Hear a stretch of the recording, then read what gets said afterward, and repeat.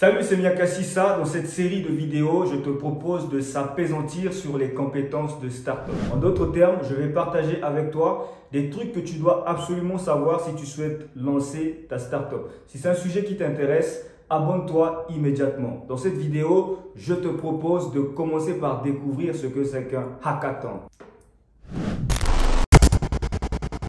Tout d'abord, il est important de savoir que le mot hackathon est la contraction de deux mots, à savoir hack et marathon. Il est aussi important de garder à l'esprit qu'ici, le mot hack n'a aucune relation avec le piratage informatique.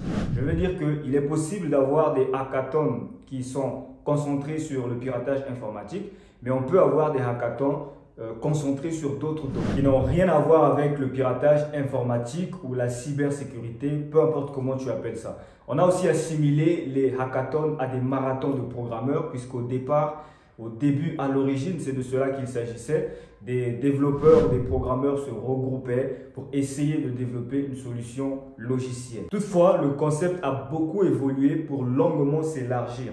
Aujourd'hui, on peut avoir des hackathons quasiment sur tout.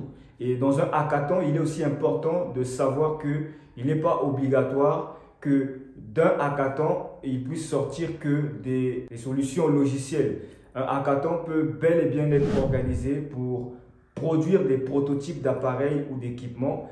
Et un hackathon peut aussi être organisé pour développer de nouveaux process, des process innovants.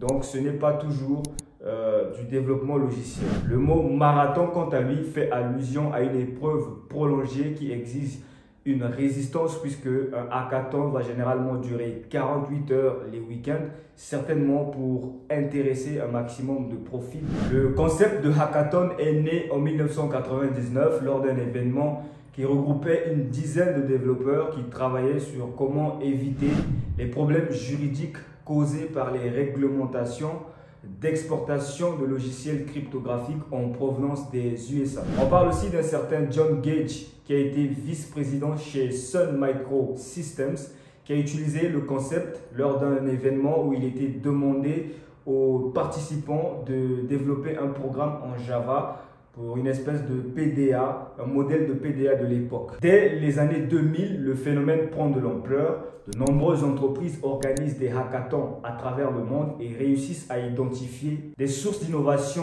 et de financement. Il existe d'ailleurs de nombreuses entreprises qui sont nées de hackathons. Cela étant dit, qu'est-ce qu'un hackathon au final? Un hackathon est un événement où plusieurs personnes se regroupent pour résoudre un ou plusieurs problèmes.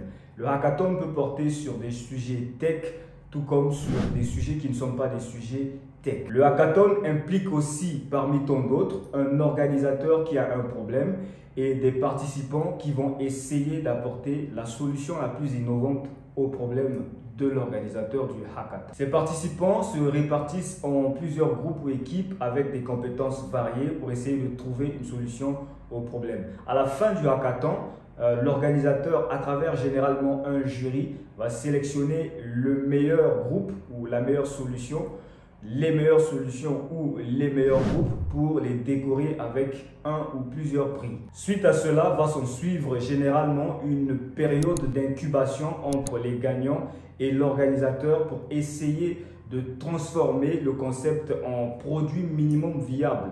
On parle aussi de MVP, Minimum Viable Product. Un hackathon peut être organisé pour atteindre plusieurs objectifs, parmi lesquels le développement de la culture de l'innovation, la découverte de nouveaux talents ou de talents à recruter, l'apprentissage professionnel, la création d'opportunités de réseautage professionnel. Un hackathon peut être aussi utilisé comme catalyseur pour le lancement d'une start-up. Un hackathon, lorsqu'il est organisé en interne d'une entreprise, peut permettre de booster l'engagement des employés. Pour conclure, je vais donc te recommander, peu importe ton profil, de faire usage de cet outil puissant qui est le hackathon pour atteindre tes objectifs. Il n'y a pas de limite à ce que tu peux accomplir avec un hackathon.